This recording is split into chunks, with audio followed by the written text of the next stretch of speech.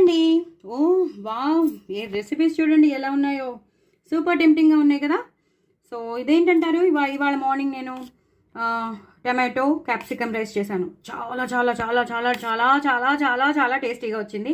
అంత టేస్టీగా వచ్చిందంటే ఎంత టేస్టీగా వచ్చిందో, ఇంకా ఇదొక్కటి ఉంటే చాలు రైతా నంచేసుకుని లేదా గడ్డ పెరుగు నంచేసుకుని తినేస్తే అయిపోతుంది. అంత టేస్టీగా ఉందండి టమాటో క్యాప్సికమ్ రైస్. ఎప్పుడు రొటీన్గా వేరే వేరే రైస్ ఐటమ్స్ ఎన్నో చేసుకుంటూ ఉంటాం. అలా కాకుండా క్యాప్సికమ్ కలిపి చేస్తే మాత్రం ఒక రేంజ్లో ఉంటుందండి. నాకైతే చాలా ఇష్టం టమాటో క్యాప్సికమ్ రైస్. అలాగే నేను కొంచెం నెయ్యి వేసుకుంటాను. ఇదైతే మీకు కామన్. ఇది బంగాళదుంప నిమ్మరసం పిండిన కూర. చాలా చాలా సింపుల్గా చేసేసుకోవచ్చండి. ఏది మనం ఎక్కడికో వెళ్ళిపోయి ఏమేమో తెచ్చేసుకోవాలని రూల్ లేదు.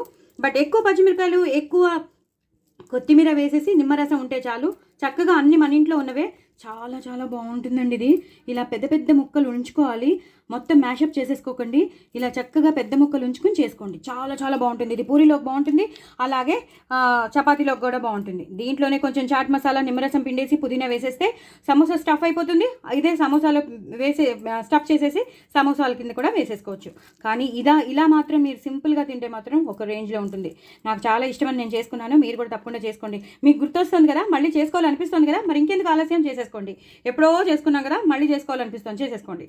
అది అలాగే టమాటో క్యాప్సికమ్ పచ్చడి ఏమొచ్చిందండి అసలు. టమాటో క్యాప్సికమ్ పచ్చడి చాలా చాలా టేస్టీగా వచ్చింది. క్యాప్సికమ్ ఎలా అనుకుంటున్నారా?